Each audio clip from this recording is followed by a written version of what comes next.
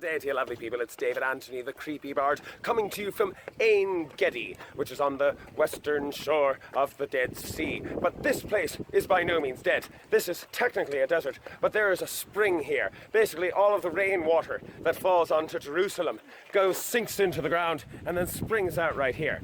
According to the Bible, this is the place where King David, back before he was king, decided to hide when he was on the run from King Saul. Originally, King David was one of the favorites of King Saul. King Saul loved him, but that was before King Saul went nuts and decided that King David was a danger, that David was going to usurp his throne, which I suppose in hindsight makes sense because he eventually did. But really there was no way of knowing that at the time. Saul was just being paranoid. Either way, Saul wanted to kill David, and so David needed a place to hide. And so he hid here in Ein Gedi.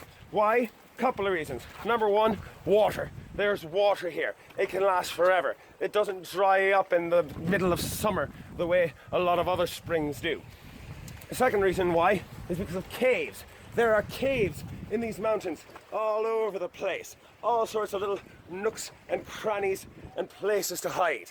So hopefully I'll be able to show you a few of the waterfalls. Maybe I'll be able to find a couple of caves to kind of crawl into to show you. And there's all sorts of wildlife up here. There's ibexes, there's hyraxes, all sorts of things. And I'm sure you're gonna love it.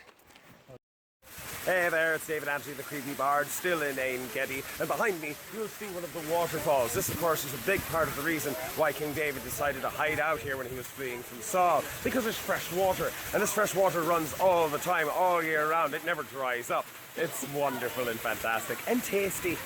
Hey to you lovely people, it's David Anthony, the creepy bard here at Ein Gedi. And I'm hoping that you can see this behind me, that those are ibexes. This is a lovely little nature reserve. And these guys are just adorable as all get out. Yes, there they are. Sweet little ibexes. There's the mummy ibex and the baby ibex, and they are running away from the scary, scary human. Aren't they cute? Oh, there they go. There they are. They're adorable. I think I found a hyrax. I'm hoping you can see him. He's hiding there. He's hiding under that little thicket. Isn't he adorable? Oh, sitting there all quiet. He's hoping the scary human doesn't see him. But there he is. He's letting me get close. I'm actually rather surprised. Hello there. Hello, little adorable one. Oh, no, he's... Oh, there he goes. There he goes. Off he goes. Hi there. Isn't he cute?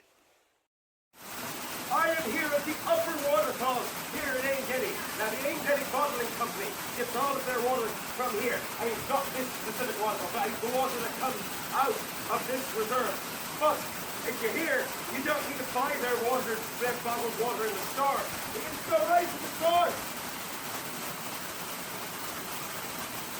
It's delicious! Ibexes are everywhere. They're everywhere here. And there they are. Aren't they adorable? There they go. There they go. And this one's letting me get real close too. They're not afraid of humans at all. Well, they're sort of afraid. They're nervous a little bit, sort of. But I guess that the humans here don't bother hunting them, so they don't really mind. It's a wild goat. It's an ibex. Isn't that adorable? I'm in the heart of Ein Gedi right now. There are ibexes all over the place. This one doesn't really give a damn. Look at it. He knows he's been recorded. He likes it. And over here on the other side of me, all this greenery, all of these trees, all these waterfalls. This is a desert. This is technically a desert. And yet, you've got so much greenery here. It's beautiful. It's gorgeous. This is magnificent. I love it. I'm approaching right now what I believe to be David's waterfall. Assuming I'm reading the map correctly.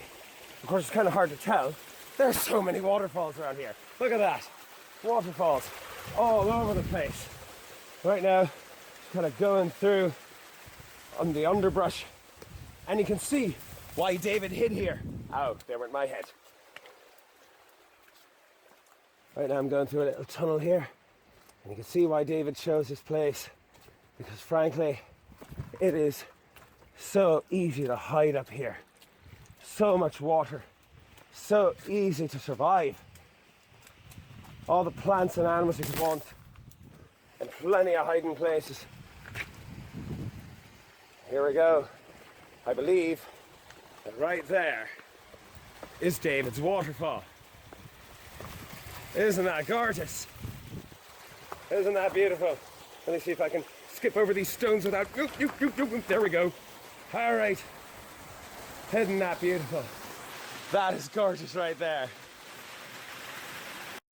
I was wrong. That was not David's Waterfall. There are so many waterfalls here. Water everywhere. So many waterfalls. It's easy to get confused. But this over here that we are approaching is David's Waterfall. Up above this waterfall is a cave, which is believed to be the cave that King David hid in while he was on the run from King Saul. At least that's what the legend says. Frankly, there are dozens of caves in this area, so it might not be that cave. It could be any number of other caves around the area. Pardon me while I try to find my footing here. There we are. So yeah, it might be that cave, it might be any other number of caves. But, biggest thing, there it is. That is gorgeous. That is beautiful right there. I'm sorry, I should show you this, shouldn't I? There it is. That is David's Waterfall. And it just keeps on going up and up, all the way up. And if you look way up there, is an entrance to the cave, which, according to legend, was the cave that King David hid while he was on the run from Saul. Again, might not be that cave, could be any number of caves. There's dozens of them in this area. But that is absolutely gorgeous. That is absolutely beautiful. I love it. Honestly, I could just camp up there myself. I just might. Give us some time.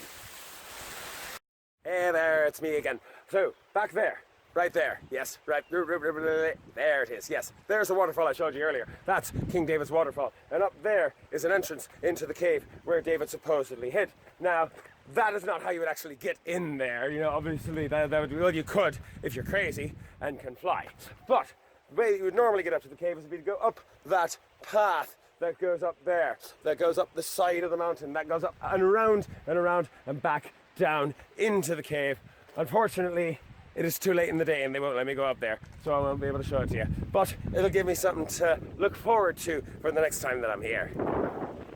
By the way, is the amazing thing about En-Gedi, because we are in a desert. Look behind me, desert, but then look down there and suddenly it's green everywhere. Desert, green, desert,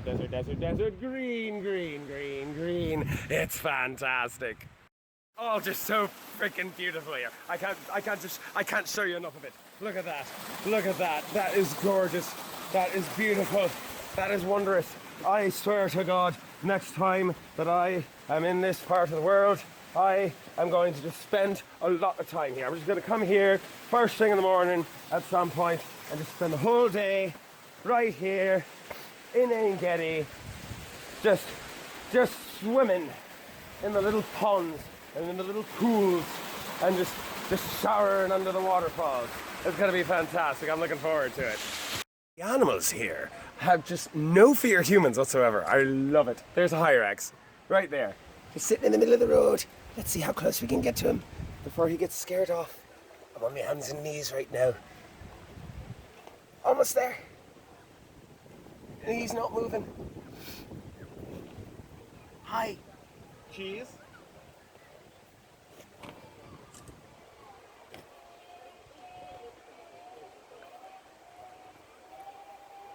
There he is.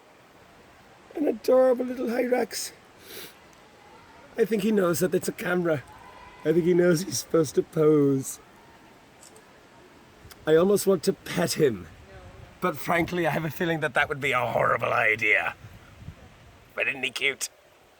As I mentioned before, that cave over there might be the cave that David hid in. And I say might be because frankly, there are so many. I mean, look behind me. Look there. There's caves all over the place here. It's nuts. I love it. I would just love to climb up there and hide in there for a while just to see what happens. Right now, before I leave Ein Gedi for good, I would like to show you this is the remains of an ancient Jewish settlement right here, right next to Ein Gedi. And how we know it was an ancient Jewish settlement? Well, for starters, there's the mikvah. We've seen this before, the ritual bath. And as we go down the main street, we can see all these lovely houses to the side, to one side and the other. All of these lovely little homes, this lovely little portico that leads into little homes over here, more little homes over here, bits of houses. They got this big tent set up to protect it from the elements. And what I find fascinating about this is that in front of us is the wadi, is the stream that I showed you earlier with all of the waterfalls and such. And behind me, to the south, is the modern kibbutz of Ein Gedi. And so sandwiched in between this beautiful bit of nature and this lovely modern town, we've got this ancient city over here, this little town. And right here, we've got the synagogue. Over here, instead of having a full mikvah for the immersal of the whole body, we've just got a small little washing area for washing your hands and feet when you come into the synagogue.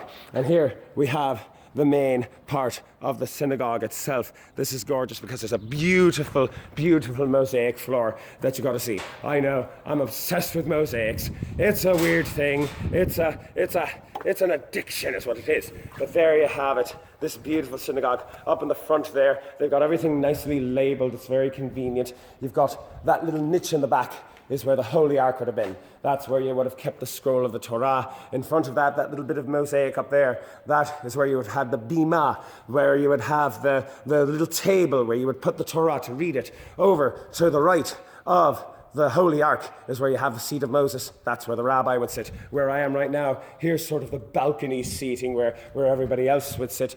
Beautiful mosaic floor in the middle. And over there, the Hebrew inscriptions. Of course, that's the dedication, the names of the various people who donated money to make sure that this thing could be built. And this is gorgeous. This is beautiful. And I just find it fascinating to see sandwiched in between modern kibbutz over there, wadi over there, nature reserve over there, and in the middle, an ancient little Jewish village, just kind of sandwiched right there. I love it. I'll see you guys again soon.